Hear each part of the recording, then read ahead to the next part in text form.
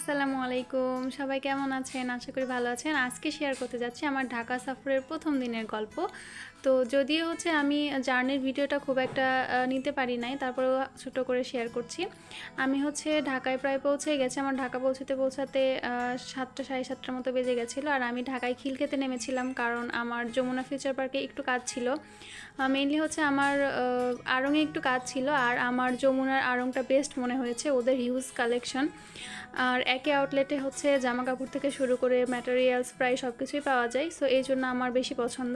তো এই যে আমি কিন্তু যমুনার ভিতরে ঢুকে গেছি, আর এখানে আশেপাশে একটু ভিডিও করছিলাম। অ্যান্ড আমি এই যে এখানে গাছটা দেখছিলাম, এখানে সবাই প্রচুর ছবি টবি উঠাচ্ছিলো, একটা পিচ্ছি ছবি উঠাচ্ছিল। আর আমি একদম সরাসরি এসে আড়ংয়ে ঢুকে গেছি। যদিও আরও কিছু দোকানে আমি ঘুরেছিলাম, বাট সেগুলোর ভিডিও সেভাবে নেওয়া হয় নাই। আর প্রথমেই কিন্তু আমার এই যে এখানকার শোপিসগুলো খুবই পছন্দ হয়েছিল। আমি এখান থেকে 2-3টার মতো শোপিস নিয়েছি। আমি আড়ং থেকে আরও বেশ কিছু জিনিস কিনেছি, বাট ভিডিও অ্যালাউ না জন্য আর ভিডিওটা কন্টিনিউ করতে পারি নাই।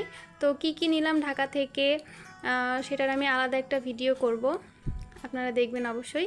আর এই যে আমি আড়ং থেকে বের হয়ে এবার আমি ইনফিনিটিতে ঢুকেছিলাম। ইনফিনিটিতে আমার জুতা খুব পছন্দ হয়েছিল, কিন্তু আমার ব্যাড লাগছে, আমার সাইজের জুতা ছিল না।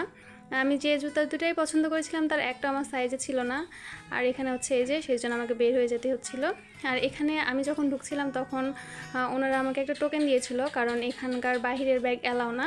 সো আমি সেই টোকেনটা আবার দিয়ে এখান থেকে আমার আড়ংয়ের ব্যাগগুলো আবার রিসিভ করে নিলাম। আর এবার আমি চলে যাচ্ছি একদম বাহিরে, কারণ বাকি কাজগুলো আমি এর ভিতরে করে নিয়েছিলাম, সেগুলোর ভিডিও করা হয় নাই। তো আমি একদম এখন সরাসরি যমুনার বাইরে চলে গেছি। আর একদম সেখান থেকে আমি চলে এসেছি কিন্তু সুলতান ডাইনে খাবার খাওয়ার জন্য। রাতের ডিনারটা ভেবেছিলাম সুলতান ডাইনে করব, বাট ব্যাড লাক, আমরা গিয়ে দেখি যে আমাদের খাবার শেষ, মানে সুলতান ডাইনের খাবার শেষ হয়ে গিয়েছিল।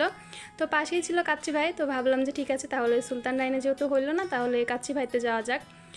বাট কাচ্চি ভাইতেও একটা কাহিনী হয়েছিল, আপনারা ভিডিওটা কন্টিনিউ করেন বলছি। এই যে টুকটুক টুকটুক করতে করতে কিন্তু কাচ্চি ভাইয়ে চলে এসেছি। কাচ্চি ভাইয়ে গেলাম, দেন কাচ্চি ভাই একটু বসে মেনু টেনু দেখে অর্ডারও দিয়ে দিয়েছি। আশেপাশে দেখছিলাম প্রচুর মানুষ ছিল, এই সাইড থেকে ভিউটা সুন্দর লাগছিল। আর এখানে মেনু দেখে অর্ডার দিয়ে দিলাম। আর এখানে ওরা একটা মালাই লাচ্ছি নিয়েও একটা এনেছে, তো সেটা আমাদেরকে দিয়েছিল, তো আমরা সেটা অর্ডার দিয়েছিলাম। বাট ব্যাড লাগতে একটা আছেই লাস্টে, এখানে কিন্তু হাতও ধুয়ে ফেলেছি।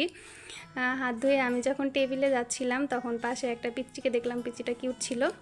আর এই যে টেবিলে চলে এসেছি, বাট টেবিলে এসে শুনলাম যে এখানকার খাবারও শেষ, অভাগা যেদিকে যায় সাগর শুকিয়ে যায়।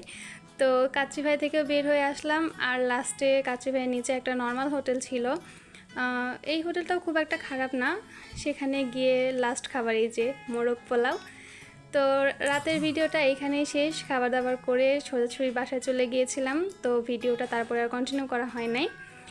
আরও ভিডিও আছে, সেগুলো দেখার জন্য আমার পেজে একটা লাইক দিয়ে রাখবেন।